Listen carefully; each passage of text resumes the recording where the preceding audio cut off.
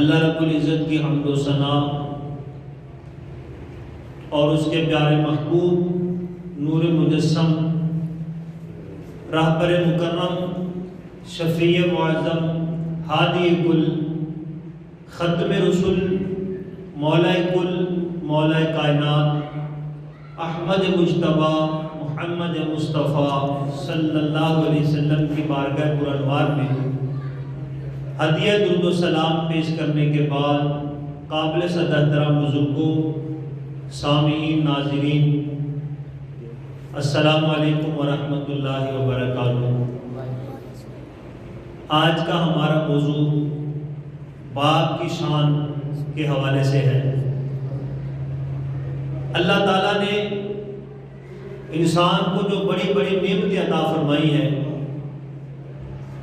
ان میں سے بڑی نعمت دنیا کے اندر جو چیزیں اللہ تعالیٰ نے انسان کے لیے سہارا بنائی ہیں، ان میں سے ایک بڑا سہارا وہ باپ کا ہے۔ جو چیزیں دنیا کے اندر ہمارے لیے ابر کرم ہیں، ہمارے لیے رحمت ہے، جو ہمارے لیے سائبان ہیں، ان میں سے ایک بڑی رحمت، بڑا سائبان، بڑا ابر کرم وہ باپ کی ہستی ہے۔ اس کے دل کے اندر اولاد کی جو محبت، اولاد سے جو شفقت ہوتی ہے، گہرے سے گہرا سمندر دریا کا پانی تو ناپا جا سکتا ہے، اس کی پیمائش ہو سکتی ہے، لیکن والد کے دل کے اندر جو محبت کی گہرائی ہوتی ہے، شفقت کا جو پیار کا پانی ہوتا ہے، اس کو نہ کوئی آلے سے ناپا جا سکتا ہے، نہ کسی پیمانے سے اس کی پیمائش کی جا سکتی ہے۔ اللہ تعالیٰ نے اتنی بڑی ہستی انسان کے لیے بنائی ہے کہ بڑے سے بڑے شیلٹر کے نیچے جا کے بھی انسان کو وہ سکون اور سہارا نہیں ملتا جو باپ کے قدموں میں آ کے، اس کی چھاؤں کے اندر آ کے اولاد کو سکون اور سہارا میسر آتا ہے۔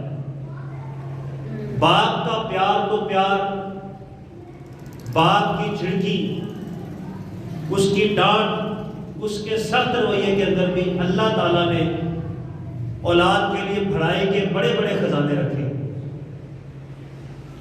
اس لیے اللہ تعالیٰ نے کلام پاک میں ارشاد فرمایا، انشکر لی، میرا شکر ادا کرو، والدین کا، اور اپنے والدین کا بھی شکر ادا کرو۔ میرا بھی شکر ادا کرو، والدین کا بھی شکر ادا کرو۔ یعنی کتنی بڑی شان عطا فرمائی، جو کام ہم نے رب کے لیے کرنا ہے وہی کام ہم نے والدین کے لیے بھی کرنا ہے۔ جہاں والدین کا مقام سمجھ آ رہا ہے، وہاں عقیدے کے لحاظ سے ایک اور بڑی بات نکھر کے سامنے آئی ہے۔ بعض لوگ کہتے ہیں جو کام اللہ کے لیے ہو وہ کام اگر بندے کے لیے ثابت کرے تو شرک ہو جاتا ہے۔ یعنی داتا صرف اللہ ہے، بندے کو داتا کہہ دو تو شرک ہے۔ یہ ایسی بات نہیں ہے۔ اگر ایسا ہوتا تو پھر اللہ کیوں کہتا کہ میرا بھی شکر ادا کرو، والدین کا بھی شکر ادا کرو؟ تو جب اللہ کے لیے شکر ہے تو پھر بندے کا شکر تو نہیں ہو سکتا، تو پھر اس سے شرک لازم آنا تھا۔ لیکن نہیں، ہاں ان کے مرتبے کے اندر، معنی کے اندر بڑا فرق ہے۔ اس کا حقیقی طور پہ شکر ادا کرنا ہے اور ان کا مجازی طور پہ ادا کرنا ہے۔ یہ جو ہمیں دیتے ہیں اپنے رب سے لے کے دیتے ہیں، رب ہمیں ڈائریکٹ دیتا ہے، اس کا حقیقی شکر ہے، ان کا مزاجی شکر ہے۔ اس کے شکر اور والدین کے شکر کے اندر زمین و آسمان کا فرق ہے۔ تو شکر کے اندر فرق ہے، لیکن اس سے یہ پتہ چلا جو کام رب کے لیے ثابت ہو سکتا ہے وہ بندے کے لیے بھی ہو سکتا ہے۔ اگر کوئی حقیقی طور پہ نہ سمجھے تو کوئی شرک اور بدعت نہیں ہے۔ نبی پاک صلی اللہ تعالی علیہ وسلم کا فرمان المستدرک للحاکم کے اندر، بروا اباءکم تبرکم ابناؤکم،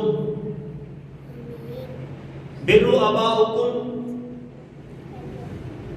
تبرکم ابناؤکم، یہ حدیث مبارکہ کا یہ مفہوم ہے.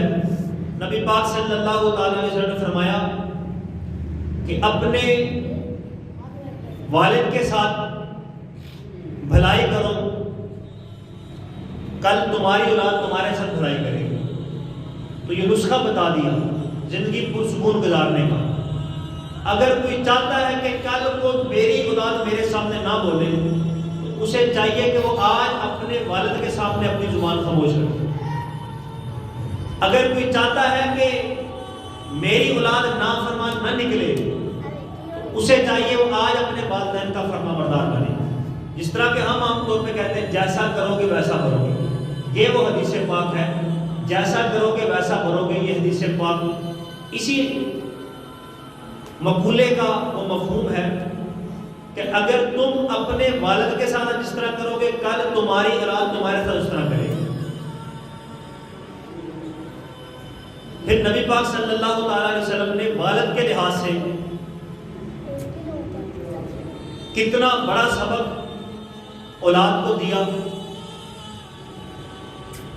ایک تو یہ ہوتا ہے کہ والد کی محبت کا خیال رکھنا، اس کے احترام کا خیال رکھنا، دل کے اندر محبت قائم رکھنا، یہ تو بہت بڑی بات ہے. لیکن نبی پاک صلی اللہ تعالی علیہ وسلم نے یہاں تک فرمایا احفظ ود ابیک، جو تیرے باپ سے محبت رکھنے والے ہیں تو ان سے محبت رکھ. احفظ حفاظت کر، یعنی تجھ پہ فرض ہے ود ابیک، تیرے والد کی اہل محبت سے محبت رکھنی. جو تیرے والد سے پیار رکھتے ہیں تمہیں ان سے پیار رکھنا ہے. لا تقطعہ، حدیث کے اندر ان سے کبھی تعلق نہیں توڑنا. تو اگر اس طرح کر دیا تعلق توڑ دیا، آگے حدیث کے لفظ بڑے سخت ہیں. فرمایا فَيُطْفِئَ اللَّهُ نُورَكَ، اللہ تیرا نور بجھا دے گا. دیکھیں کتنے سخت جملے ہیں. جو بندہ اپنے والد کی محبت رکھنے والوں کے ساتھ محبت نہیں رکھتا، ان کی محبت کا خیال نہیں رکھتا، والد کے دوستوں سے محبت نہیں رکھتا، تو اللہ کہہ رہا ہے فَيُطْفِئَ اللَّهُ نُورَكَ، اتنا بڑا نقصان ہو جائے گا، اللہ تیرا نور بجھا دے گا. مطلب یہ ہے کہ روحانی ترقی دے رک جائے گی، ایمان خراب ہونے کا خطرہ ہے. تو اگر تو چاہتا ہے تیری زندگی پرسکون گزرے، تیرے رزق کے اندر برکت نہ ختم ہو اور تیری زندگی کے اندر بہاریں ہی بہاریں ہوں، تو پھر احفظ ود ابیک، اپنے والد کے محبت رکھنے والوں کے ساتھ محبت رکھ. تو جب اتنا بڑا مقام ہے ان کے ساتھ محبت رکھنے والوں سے محبت رکھے، تو والد کے ساتھ محبت رکھنے کا کتنا بڑا حکم ہوگا، کتنا بڑا مقام ہوگا. پھر اللہ تبارک و تعالیٰ کے محبوب صلی اللہ تعالی علیہ وسلم نے ایک حدیث پاک کے اندر باپ کی شان بیان کرتے ہیں فرمایا کہ الوالد، جو تمہارا باپ ہوتا ہے نا، اوسط من ابواب الجنہ، یہ جنت کا مین دروازہ ہے. مومن کے تو ہر لمحہ اس کا ہر سانس ہی وارا نیالے ہے. اللہ تبارک و تعالیٰ نے مومن کی ساری زندگی جنت کے ساتھ لگا کے رکھی ہے. حدیث پاک کے اندر آتا ہے کہ جب تم جنت کے باغات کے پاس سے گزرو تو اس سے کچھ پھل کھا لیا کرو. صحابہ نے عرض کی یا رسول اللہ جنت کے باغات کون سے ہیں؟ فرمایا اللہ کی مسجد ہے، یہ جنت کے باغات ہیں، ان سے پھل کھا لیا کرو یا نماز پڑھ لیا کرو، ان کے اندر ذکر و تسبیح کر لیا کرو، اللہ کی بات کر لیا کرو. تو مسجد کی طرف جو قدم بڑھتا ہے وہ بھی جنت کی طرف بڑھتا ہے. ادھر مسجد سے جب گھر جاتا ہے تو ماں کے قدموں کے لیے جنت رکھی ہے. اور ادھر فرمایا کہ الوالد اوسط من ابواب الجنہ، والد جنت کا مین دروازہ ہے.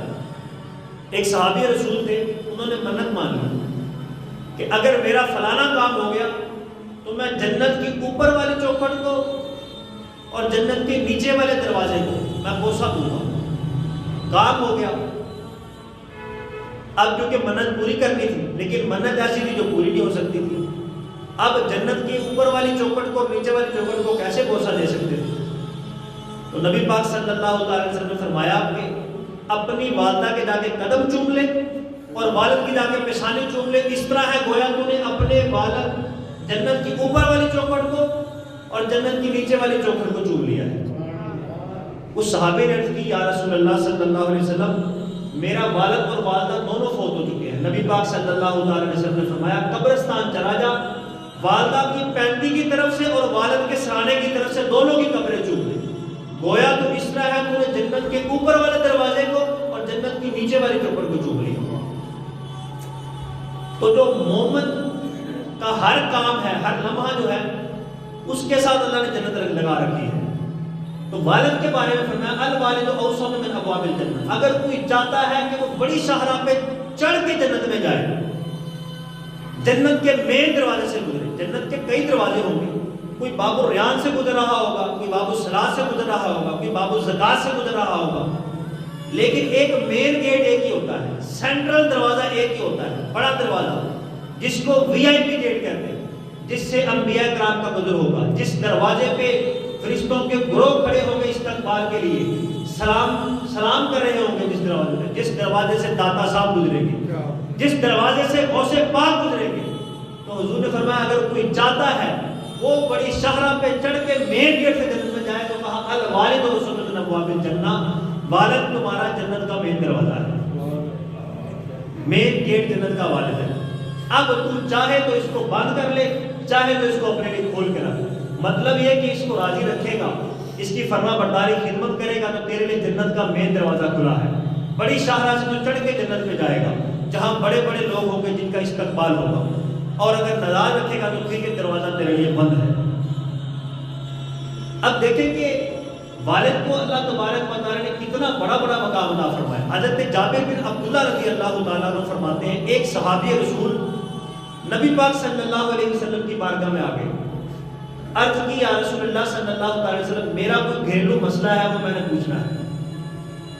اب ہمارے نبی پاک صلی اللہ علیہ وسلم کیسے کریم آقا تھے، رحیم آقا تھے، کسی کا کوئی انفرادی معاملہ ہوتا تھا وہ بھی حل کرتے تھے، اجتماعی معاملہ ہوتا تھا تو وہ بھی حل کرتے تھے۔ تو نبی پاک صلی اللہ علیہ وسلم کسی کا کوئی دنیاوی معاملہ، دینی معاملہ، ہر طرح کی مشکل میرے نبی حل کرتے تھے۔ جس نے جو آ کے مانگا میرے محبوب نے عطا کیا، مشکل کشا میرے آقا تھے، کسی کو نہ نہیں فرمایا، یہ نہیں کہا یار میں تمہارا یہ کام کیوں کر دوں، مجھے تو رب نے کلمے پڑھانے کے لیے بھیجا ہے، میرا کام تھا کلمہ پڑھانا، میں نے پڑھا دیا، جاؤ یہ فلانا کام مجھ سے کرو، دعا رب سے مانگو۔ میرے محبوب سے آگے جس نے جو مانگا ہے میرے محبوب نے وہ عطا فرمایا ہے، اس کی مشکل کشائی فرمائی ہے، اپنا طریقہ بتایا ہے کہ مجھے محمد کی سنت ہے نیک بندوں کے پاس آنا، اللہ والوں سے اپنے مسئلے حل کروانا، ان سے مانگنا۔ صحابہ رسول نے عرض کی میرے گھریلو معاملہ ہے میں پوچھنا چاہتا ہوں۔ نبی پاک صلی اللہ علیہ وسلم نے فرمایا پوچھو۔ کہا ان لی مالی و اولادی، یا رسول اللہ صلی اللہ علیہ وسلم میں مالدار ہوں، تاجر ہوں، میری اولاد بھی ہے۔ بتانا یہ چاہتا تھا کہ میرے پاس اگر کچھ پیسہ ہے تو میرے آگے اخراجات بھی ہیں بڑے، میری اولاد ہے، میرا گھر بار ہے، کنبہ ہے میرا، تو میرا جو رزق ہے میرا مال وہاں پہ مصروف ہو جاتا ہے۔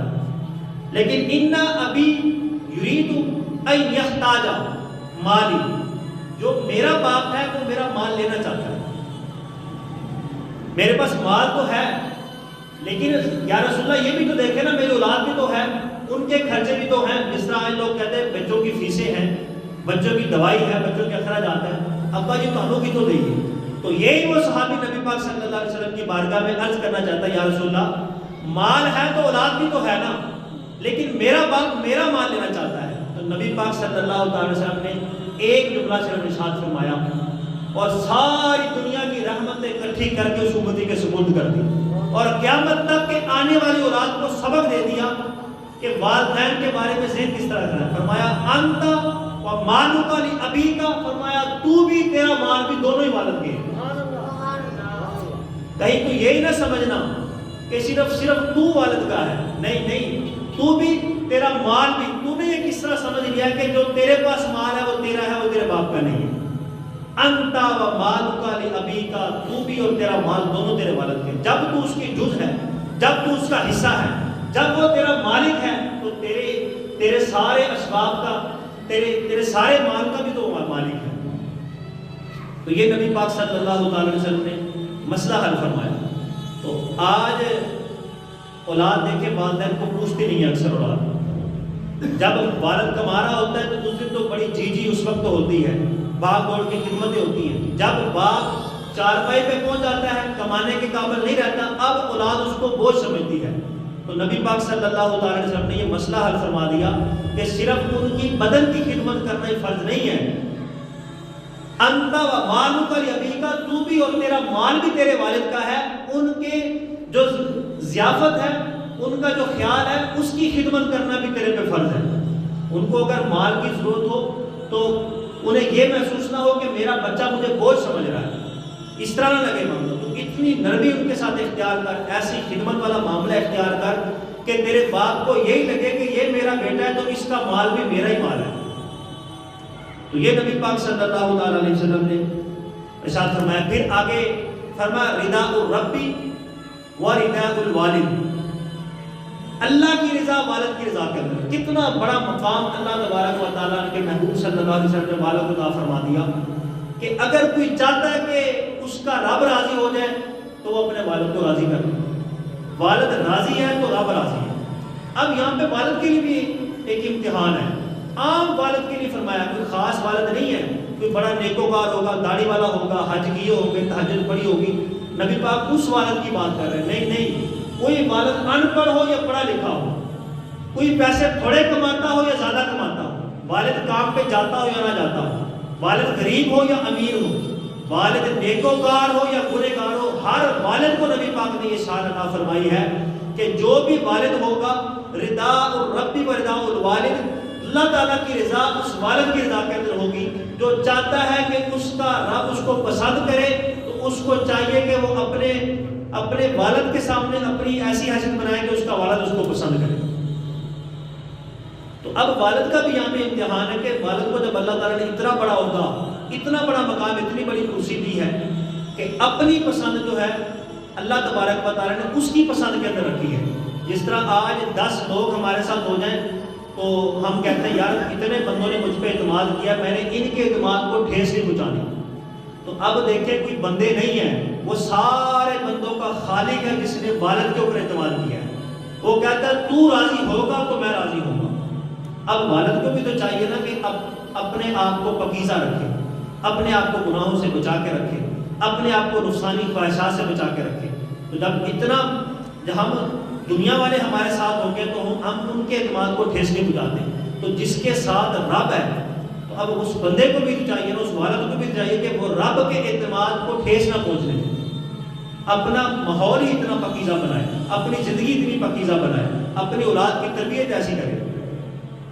تو رضا الربی و رضا الوالد، تو رب کی رضا کے اندر، والد کی رضا کے اندر رب کی رضا ہے، اور والد کی ناراضگی کے اندر رب کی ناراضگی ہے۔ اگر والد ناراض ہوا تو رب کبھی بھی راضی نہیں ہوگا، اگرچہ وہ پیر کی چوکھٹ پہ جھاڑو دیتا ہے، اگر بسترے اٹھا کے جتنے مرضی چلے کاٹتا رہے، وہ کعبے بھی چلا جائے تو اس وقت تک رب راضی نہیں ہوگا جب تک وہ والد کو راضی نہیں کرے۔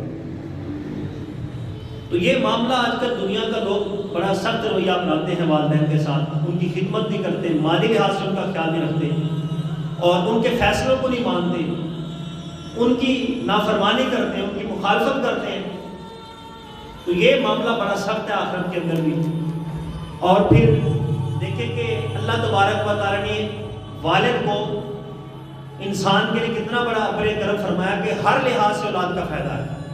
حدیث پاک کے اندر آتا ہے کہ والد اگر اولاد کو ایک نظر دیکھے اور دیکھتے ہی والد کا دل خوش ہو جائے، یہ بچپن کی بات نہیں ہو رہی، بچپن کے اندر تو ہر والد اپنی اولاد سے خوش ہوتا ہے، اس کو پیار کرتا ہے، اس کو اٹھاتا ہے۔ بالغ ہونے کے بعد کا معاملہ ہے، اولاد بالغ ہو، اب وہ بڑی عمر کو پہنچ چکی ہو، کام کاج میں سیٹل ہو چکی ہو، تعلیمی لحاظ سے وہ اونچا مقام حاصل کر چکی ہو، اب وہ جب اپنے والد کے سامنے آتا ہے تو اب والد اس کو دیکھ کے غصے میں نہ آ جائے، والد اس کو دیکھ کے چڑچڑا نہ ہو جائے۔ جب وہ والد کے سامنے آئے، والد اس کو دیکھے اور اس کا دل ٹھنڈا ہو جائے، یعنی والد خوش ہو جائے، تو اللہ تبارک و تعالیٰ جب وہ اولاد والد کے سامنے آئے، والد دیکھ کے خوش ہو جائے، تو اللہ تعالیٰ اولاد کو ایک غلام آزاد کرنے کا ثواب عطا فرمائے۔ یہ تاریخ پڑھ کے دیکھو کہ ایک غلام آزاد کرنا کتنا مشکل تھا۔ اس ثواب کو کمانے کے لیے لوگ کیسے کیسے ہیلے بناتے تھے، کتنی محنتیں اور کوششیں تھیں، کتنے بڑے بڑے عرب کے تاجر تھے جو غلام آزاد کرنے کے لیے کروڑوں روپے مال لگاتے تھے۔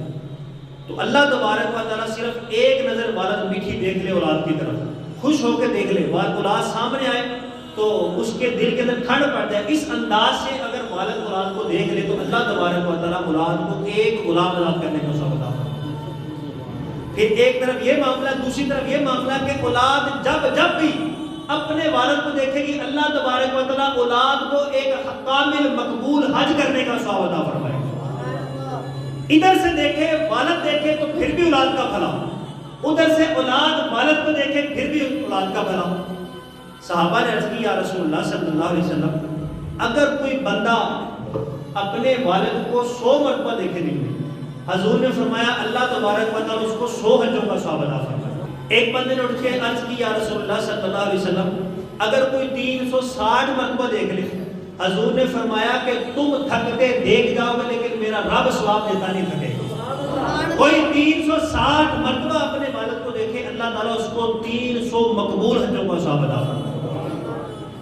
تو کتنی شان ہے، کتنا بھلا ہے، ہر طرف سے اولاد کا فائدہ ہے۔ اور اسی طرح ایک حدیث پاک کے اندر آتا ہے کہ اللہ تبارک و تعالیٰ 3 بندوں کی دعا رد نہیں کرتا۔ 3 بندے ہیں جو دعا کرتے ہیں تو ان کی دعا آسمانوں کو پھاڑ کے اس کے پردوں کو چیرتی ہوئی رب کے عرش تک پہنچتی ہے اور مقبولیت کا درجہ اختیار کرتی ہے۔ ایک مظلوم کی دعا، نمبر 2 مسافر کی دعا۔ ایک حدیث پاک کے اندر مریض کا لفظ آیا ہے، جس طرح ہم مریض کے لیے دعا کرتے ہیں تو جب ہم مریض کے پاس جائیں تو ہم اس کو کہیں کہ یار تو ہمارے لیے دعا کر۔ حدیث پاک کے اندر آتا ہے مریض کی دعا پہ فرشتے آمین کہتے ہیں، تو جس کی دعا پہ فرشتے آمین کہیں کہ پھر اس کی دعا کس طرح رد ہو سکتی ہے؟ ایک مظلوم کی دعا، اس کی بد دعا اللہ کبھی رد نہیں کرتا، اس کی آہ لینے سے بچنا چاہیے، ظلم اور زیادتی سے بچنا چاہیے۔ اور دوسرا مسافر یا مریض کی دعا یہ کروانی چاہیے، مسافر بھی آئے لمبا سفر کر کے، مریض بھی آئے ان سے بھی دعا لینی چاہیے۔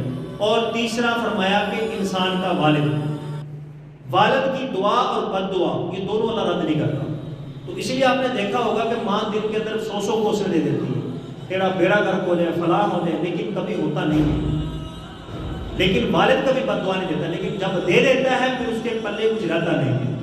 جب والد بد دعا دے دے تو پھر انسان دونوں جہاں کے اندر اس کے لیے ہلاکت ہے۔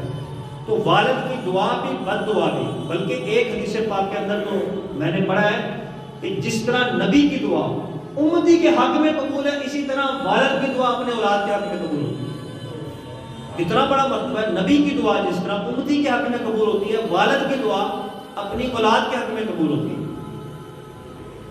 حضرت سیدنا سلیمان علیہ نبی علیہ السلام تھے، اللہ تبارک و تعالیٰ نے ان کو وحی فرمائی کہ اے سلیمان آج ذرا سمندر کے کنارے تشریف لائیں، ہم آپ کو اپنی قدرت کا نظارہ دکھاتے ہیں، ایک کرشمہ دکھاتے ہیں۔ حضرت سلیمان علیہ السلام نے اپنے صحابہ کو، وزیروں کو، لشکر کو، جنات جو تھے وہ تخت ہوا میں اڑایا، سمندر کے کنارے پہنچ گئے، وہاں پہ کھڑے ہوئے، کہا یہاں تو کچھ نہیں ہے۔ ایک عفریت جن تھا جس کا نام پارہ نمبر 19 کے اندر جس کا ذکر ہے، بہت طاقتور جن تھا۔ اس جن کو کہا کہ جاؤ سمندر کے اندر غوطہ لگاؤ۔ سمندر کی تہوں کے اندر غوطہ لگایا، باہر آ گیا، کہنے لگا کہ میں زمین کی تہ تک تو نہیں گیا لیکن بہت نیچے تک گیا، کچھ بھی نہیں آیا۔ پھر کہاں لگاؤ، پھر کہاں لگاؤ، 3 مرتبہ آگے سے زیادہ گہرائی میں جاتا تھا، باہر آ جاتا تھا، کچھ نہیں تھا۔ تو یہ جو جنات ہوتے ہیں یہ کس شیاطین کی قسم ہوتی ہے؟ تو جنات شیاطین جو اپنا تخت روزانہ بچاتے ہیں یہ سمندر میں بچاتے ہیں۔ رمضان کے اندر جب ان کو جکڑا جاتا ہے، جسے پاک آتے ہیں جب رمضان آتا ہے اللہ شیطان کو جکڑ دیتا ہے زمینوں میں، اور جکڑ کے پھر کدھر رکھتا ہے؟ ان کا قید خانہ کون سا ہوتا ہے؟ حدیث پاک کے اندر سمندروں کی تہوں میں ان کو پھینک دیا جاتا ہے، یہ ان کا قید خانہ ہے، اور سمندروں کے اندر جنات رہتے ہیں، اور سمندروں کے اوپر روزانہ اس کا تخت لگتا ہے۔ ابلیس کے بارے میں آتا ہے کہ ابلیس روزانہ جس طرح بندہ مزدوری کر کے شام کو گھر آتا ہے، شام کو تخت بچھاتا ہے ابلیس، بڑا شیطان، سارے شیطانوں کو اکٹھا کرتا ہے، ہاں بھی بتاؤ اپنی اپنی کارکردگی دو، آج کیا کیا ہے۔ ایک شیطان کہتا ہے میں نے آج میاں بیوی کی اتنی لڑائی کروائی ہے، طلاق کروا دی ہے۔ ان کا ٹھیک ہے سائڈ پہ ہوتا ہے، تو نے کیا کیا ہے؟ میں نے آج سود لینے پہ مجبور کر دیا، اتنا مجبور کیا بندہ مقروض ہو کے سود لے لیا اس کو، میں نے آج لڑائی کروا کے بندے مروا دیے۔ تو شیطان ان کو نمبر دیتا جاتا ہے، شاباش دیتا جاتا ہے۔ اور پھر ایک بندہ ایسا بھی آتا ہے، شیطان کو کہتا ہے کہ میں نے آج ایک طالب علم تھا جو علم پڑھنے جا رہا تھا، آج میں نے اس کا ذہن خراب کروا کے اس کو علم سے چھڑوا دیا ہے، آج میں نے اس کا راستہ روک لیا ہے، یعنی علم سے اس کو دور کر دیا ہے۔ تو شیطان حدیث پاک کے اندر اپنے تخت سے اٹھتا ہے، اس کو جپھی ڈالتا ہے، تھپکی دے کے اس کے پیشانی چومتا ہے، کہا کمائی تو تو نے کی ہے۔ اور دوسرے شیطان کہتے ہیں یہ کس طرح، ہم نے بھی تو بڑے بڑے کام کیے، ہم نے بندے مروائے ہیں، ہم نے زنا کروایا ہے، ہم نے سود کھلوایا ہے، ہم نے طلاق کروائی ہے، ہمارے بڑے کارنامے تھے، اس نے ایک طالب علم کو دین سے روکا ہے تو کون سا بڑا کام کرتا ہے؟ تو شیطان ان کو ایک محلے کے اندر لے جاتا ہے، کہتا ہے میں تمہیں دکھاؤں اس نے کتنا بڑا کام کیا۔ یعنی علم، دین، نور ایسی روشنی ہے جسے پاک کے اندر تک صرف عبادت کرنے والا جس کے پاس علم نہ ہو، مسائل کا پتہ نہ ہو، حضور نے فرمایا وہ تو جاہل ہے، وہ جتنا اپنے آپ کو سنوارنے کی کوشش کرتا ہے اس سے زیادہ خراب کرتا ہے۔ وہ سمجھتا ہے میں ثواب لے رہا ہوں لیکن وہ اس سے زیادہ گناہ لے رہا ہوتا ہے۔ تو ایک عابد، ایک فقیہ 1000 عابدوں پہ بھاری ہے، ایک علم والا اس کے سامنے 1000 عبادت گزار ہوں، اس کی شان زیادہ ہے۔ دروازے پہ شیطان آ گیا، کسی نے پوچھا اندر کیوں نہیں جاتا؟ کہا کہ میں کھڑا دروازے پہ اس لیے ہوں کہ وہ جو اندر عبادت گزار ہیں ان کو میں نے وسوسہ ڈالنا ہے۔ کہا جاتا کیوں نہیں؟ کہا راستے کے اندر وہ ایک عالم سویا ہوا ہے، جب وہ سانس لیتا ہے تو اس کی سانس مجھے یوں لگتی ہے جس طرح آگ کا گولا پڑتا ہے۔ کہا اس کی وجہ سے نہیں میں جاتا، اس عالم، سوئے ہوئے عالم سے اتنا شیطان ڈرتا ہے۔ تو اب وہ شیطان اپنے سارے چیزوں کو اکٹھا کرتا ہے، دکھانا یہ چاہتا ہے کہ آؤ تمہیں میں دکھاؤں کہ عالم کی کتنی بڑی شان ہے اور یہ کتنا علم پھیلاتا ہے اور کتنوں کو ہدایت بخشتا ہے۔ اس کو روک لینا سمجھو ساری دنیا کو روک لیا، ساری دنیا کو نیکی سے روک لیا۔ ایک علم والے کو روک لینا، ان کو ایک محلے کے اندر لے کے جاتا ہے، صبح تہجد کا ٹائم ہوتا ہے، شیطان کے پاس ایک شیشی ہوتی ہے، ایک سوئی پکڑی ہوئی ہوتی ہے۔ ایک عبادت گزار صبح اٹھتا ہے تہجد پڑھنے کے لیے مسجد جا رہا ہوتا ہے، شیطان اس کو روکتا ہے، انسانی شکل میں سارے کھڑے ہوتے ہیں، چہرے بھی، شیطان بھی۔ تو کہتا ہے کہ بزرگوں ایک مسئلہ دسو، کیا اللہ تبارک و تعالیٰ اس شیشی کے اندر ساری کائنات کو بند کر سکتا ہے؟ اب وہ عابد کہتا ہے، سوچتا ہے اتنی بڑی کائنات، اتنے جہان اس شیشی کے اندر کس طرح آ سکتے ہیں؟ وہ عابد کہتا ہے نہیں میری عقل میں نہیں آتا، یہ کس طرح ہو سکتا ہے اتنی سی شیشی کے اندر ساری کائنات بند ہو جائے؟ تو وہ چلا جاتا ہے، کہتا ہے لو یہ پڑھی ہے اس کی عبادت، اب یہ گمراہ ہو گیا، اب یہ دین سے خارج ہو گیا، اس نے رب کی قدرت کا انکار کر دیا۔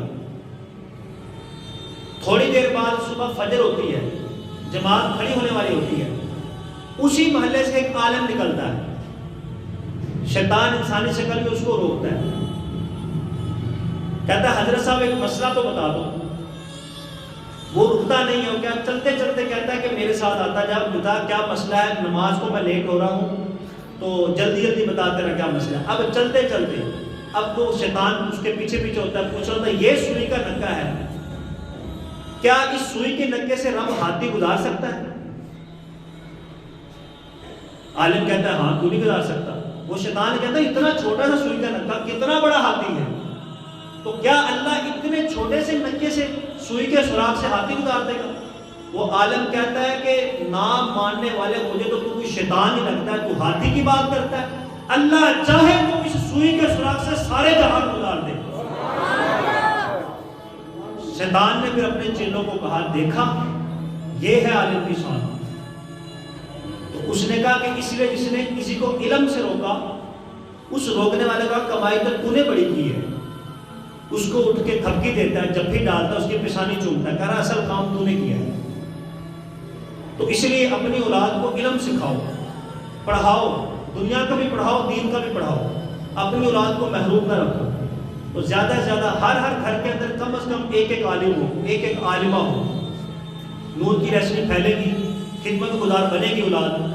تو جب دین سیکھے گی تو اولاد کی، والد کی شان سیکھے گی، والدین کا مقام سمجھے گی۔ تو اس کی اولاد کی نافرمان ہونے کی ایک مین وجہ یہی ہوتی ہے کہ ہم نے ان کو دین نہیں دیا ہوتا، سارا کچھ ان کو دے دیا ہوتا ہے لیکن ان کو دین نہیں سکھایا ہوتا۔ یہ ہماری اپنی غلطی ہوتی ہے، اور بعض لوگوں نے ان کو دنیا بھی نہیں سکھائی ہوتی۔ حضرت عمر فاروق رضی اللہ عنہ کے دور کے اندر میاں بیوی کی لڑائی ہوگی، تو بیٹا تھا، اس نے دیکھا کہ ماں باپ جو جھگڑا چھوڑی لڑی جا رہے ہیں، اس نے ایک ڈنڈا پکڑا، ایک باپ کے سر کے اندر مارا، ایک ماں کے سر میں مارا، دونوں کا سر کھول دیا۔ باپ نے پھٹا ہوا سر لیا، حضرت عمر فاروق رضی اللہ عنہ کی بارگاہ میں چلا گیا، کہنے لگا کہ میرے بچے نے میرا سر پاڑ دیا۔ کہا بلاؤ بچے، کیونکہ آپ منصف تھے، ایک طرف کی بات سن کے تو فیصلہ نہیں کرتے تھے کہ باپ کا سر پاڑ کے پکڑو اس کی گردن اتارو، نہیں، کہا کہ تو بتا تو نے سر کیوں پاڑا ہے؟ کہا کہ یہ لڑ رہے تھے، میں نے اپنے چھڑانے کے لیے سر پاڑا ہے. کہا تجھے اور طریقہ نہیں آتا تھا چھڑانے کا؟ کہا نہیں مجھے نہیں آتا تھا. کہا تو کرتا کیا ہے؟ کہا صبح سویرے جب اذانیں ہوتی ہیں اپنے باپ کے ساتھ اونٹوں کو لے کے ریگستان میں نکل جاتا ہوں، پھر جب شامیں پڑتی ہیں تو میں اور میرا باپ شام کو واپس آ جاتے ہیں. تو کہا تو نے یہ طریقہ کہاں سے سیکھا ہے کہ ماں باپ کو اس طرح چھڑایا جاتا ہے کہ سر پاڑ دیا جائے؟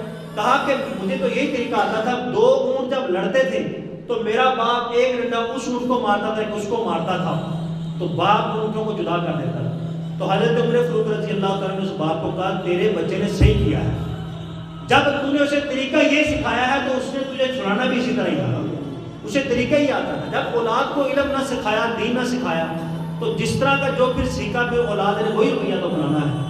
اس کو معاف کر دے، اس کو گھر بھیج دے، کہا اس کا کوئی قصور سارا تیرا ہے. تو بہرحال والدین کی دعائیں لینی چاہیے. حدیث پاک کے اندر آتا ہے کہ جس طرح نبی کی دعا امتی کے حق میں قبول ہوتی ہے، والد کی دعا بھی اس طرح اپنے اولاد کے حق میں قبول ہوتی ہے. والد کو بھی چاہیے اولاد کو دعائیں دیتے رہیں. حضرت سلیمان علیہ السلام سمندر کے کنارے چلے گئے. عفریت جن کو کہا کہ نیچے جاؤ سمندر کی تہوں کے اندر، جنات کا یہ کام تھا، تہوں کے اندر ہو جاتے ہیں. تو بڑی کوشش کی، کچھ نہ ملا. آصف بن برخیہ آپ کا وزیر تھا جو اللہ کا ولی تھا. اب دیکھیں اللہ کے ولی کتنی پاور ہوتی ہے. پہلی چھلانگ لگائی تو ایک بہت بڑا گنبد سفید رنگ کا، حدیث پاک کے اندر آتا ہے کہ ہیرے اور موتیوں کے دروازے اس پہ لگے ہوئے، سارے دروازے کھلے ہوئے، لا کے کنارے پہ آپ کے قدموں میں رکھ دیا. بہت بڑا گنبد تھا. حضرت سلیمان علیہ السلام حیران ہے کہ سمندر کی تہوں کے اندر یہ گنبد ہے، اب دروازے کھلے ہوئے، پانی کا ایک قطرہ بھی اندر نہیں. کہا اندر چلے. اندر جا کے دیکھا تو ایک نوجوان خوبصورت حسین و جمیل بندہ نماز پڑھ رہا ہے. جب اس نے سلام پھیرا تو آپ نے سلام کیا. اس نے کہا وعلیکم السلام. کہا اللہ کے بندے تو کون ہے؟ کہا کہ فلاں میرا نام ہے. تو آپ نے پوچھا کہ تو کب سے ہے؟ کہا یہ تو نہیں مجھے، میں کب سے ہوں، لیکن مجھے یہ پتا ہے کہ میں ابراہیم علیہ السلام کا امتی ہوں. حضرت سلیمان علیہ السلام نے اپنے صحابہ کو کہا دیکھو میرے اور ابراہیم علیہ السلام کے درمیان 2000 سال کا فاصلہ ہے. اس بندے کو اس گنبد کے اندر سمندروں کی تہوں میں عبادت کرتے ہوئے 2000 سال گزر گئے ہیں، پانی کا ایک قطرہ بھی اندر نہیں کیا، اور اس کا ایک بال بھی 2000 سال سے سفید نہیں ہوا. یہ جوان کا جوان پڑا ہے. کہا بندے یہ مقام تجھے کس طرح ملا، کس طرح حاصل ہوا؟ کہا میں نے 70 سال اپنے والد کی خدمت کی. آخری عمر میں جاتے وقت میرے والد نے راضی ہو کے مجھ سے دعا کی ہے اللہ اس کو ایسی جگہ عبادت پہ لگا جہاں شیطان بھی مداخلت نہ کر سکے. تو اللہ تبارک و تعالیٰ نے پھر وہ مقام عطا فرمایا. کہا کھاتا پیتا کہاں سے ہے؟ حضرت سلیمان علیہ السلام کو کہنے لگا کہ ایک پرندہ روزانہ آتا ہے چونچ کے اندر کچھ لے کے، وہ میں کھا لیتا ہوں، اسی سے میری پیاس بجھ جاتی ہے اور ہر رنگ رنگ کا مزہ ہوتا ہے، اس سے میری بھوک ختم ہو جاتی ہے. تو حضرت سلیمان علیہ السلام نے کہا ہمارے ساتھ رہنا پسند کرو. کہنے لگے نہیں، جو مزہ یہاں ہے اللہ کی بات میں وہ مزہ آپ کے ساتھ تھا. حضرت سلیمان علیہ السلام نے آصف بن برخیہ کو کہا کہ اس کو جہاں سے نکالا تھا وہیں سمندر کی تہوں میں تھا. تو اب تک آج تک وہ بندہ وہ سمندر کی تہوں کے اندر اللہ کی بات کر رہا ہے. تو والد کی دعا لگی ہے. حضرت موسیٰ علیہ السلام نے اللہ تعالیٰ سے دعا کی اے اللہ میں جنت کے اندر اپنا ساتھی دیکھنا چاہتا ہوں، میرا ساتھی کون بنے گا جنت کے اندر؟ اللہ تبارک و تعالیٰ نے کہا کہ فلاں محلے کے اندر چلا جا، ایک کسائی ہے جو گوشت کے پٹے پہ بیٹھا ہوا ہے. وہ جو کسائی ہے جو اپنی دکان پہ سامان بیچ رہا ہے، وہ کسائی جنت کے اندر تیرا ساتھی ہے. حضرت سلیمان نے حضرت موسیٰ علیہ السلام وہاں پہ چلے گئے، بڑے اخلاق سے پیش آیا، پانی پوچھا، آپ کو بٹھایا، کھانے کا وقت ہو گیا، کھانا گھر سے منگوایا. ایک بڑا سا ٹوکرا پاس رکھا ہوا ہے، ایک لقمہ خود منہ میں ڈالتا تھا، ایک لقمہ ٹوکرے کے اندر ڈالتا تھا، ایک لقمہ پھر ڈالتا تھا، ایک لقمہ ٹوکرے کے اندر ڈالتا تھا. حضرت موسیٰ علیہ السلام بڑے حیران کہ یہ بندہ کیا کرتا ہے کہ ٹوکرے کے اندر روٹیوں کو پھینک رہا ہے، یہ اپنے لقمے ٹوکرے کے اندر پھینک کے کیوں ضائع کر رہا ہے؟ آدھی کھاتا ہے آدھی ضائع کرتا ہے. اتنے میں کوئی باہر بندہ آ گیا، وہ بندہ اٹھ کے اس کو ملنے گیا. حضرت موسیٰ علیہ السلام فوراً ٹوکرے کے اندر آپ نے جھانکا کہ ٹوکرے کے اندر دیکھو ہے کیا یہ جو روٹی اس کے اندر پھینکی جا رہا ہے.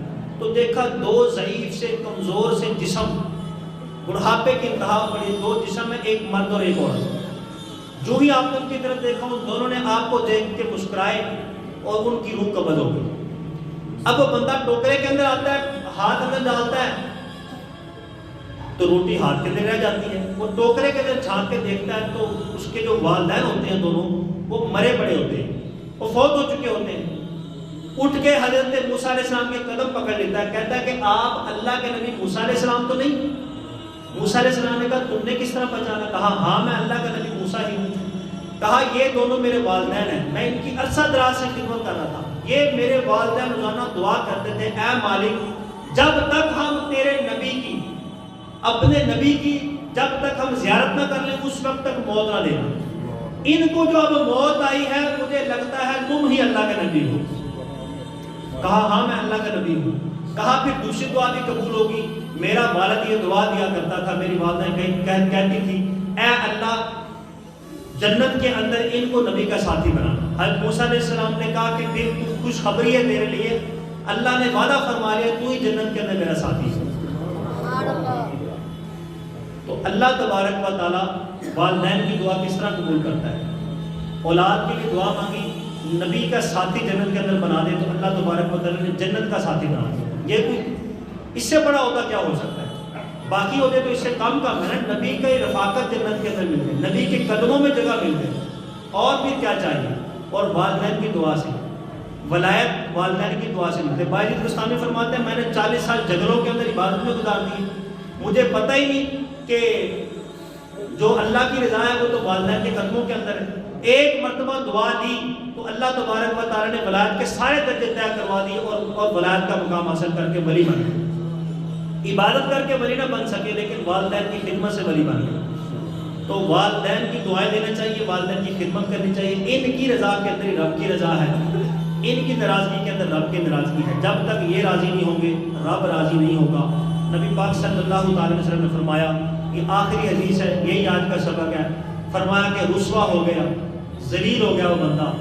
3 طرح کے بدبختوں کے لیے فرمایا، کہا رسوا ہو گیا، ذلیل ہو گیا، ہلاک ہو گیا، اس کی ناک خاک ردا ہو۔ یہ سارے حدیثوں کے لفظ ہیں، کسی کے اندر اس کی ناک خاک ردا ہو، کسی کے اندر لفظ ہے وہ ہلاک ہو جائے، کسی کے اندر لفظ ہے رسوا ہو گئے، وہ ذلیل ہو گیا۔ اب اس سے بڑے برے لقب کسی کو اور کیا کوئی بندہ دے سکتا ہے؟ نبی پاک صلی اللہ علیہ وسلم نے سب یہ فرما دیے 3 بدبختوں کے لیے۔ کہا جس نے میرا نام سنا اور مجھ پہ درود نہ پڑا، کہا وہ رسوا اور ذلیل ہو گیا۔ دوسرا جس نے رمضان پایا اور پھر اپنی بخشش نہ کروا سکا، وہ بھی رسوا اور ذلیل ہو گیا۔ کہا جس نے اپنی زندگی کے اندر والدین کو پایا، دونوں یا ایک کو پایا، پھر خدمت کر کے اپنی جنت پکی نہ کروا سکا، وہ بھی رسوا اور ذلیل ہو گیا۔ اللہ تبارک و تعالیٰ کی بارگاہ میں دعا ہے جن کے والدین اس دنیا سے چلے گئے ہیں، فردوس اعلیٰ کے اندر بلند مقام عطا فرمائے، قبروں سے اولاد کے اوپر ان کا فیض جاری و ساری فرمائے، ان کو اولاد کو اللہ تعالیٰ والدین کے رضا نصیب فرمائے، جن کے والدین زندہ ہیں اللہ تعالیٰ ہمیں ان کی خدمت کرنے کی، ان کا خیال کرنے کی توفیق عطا فرمائے۔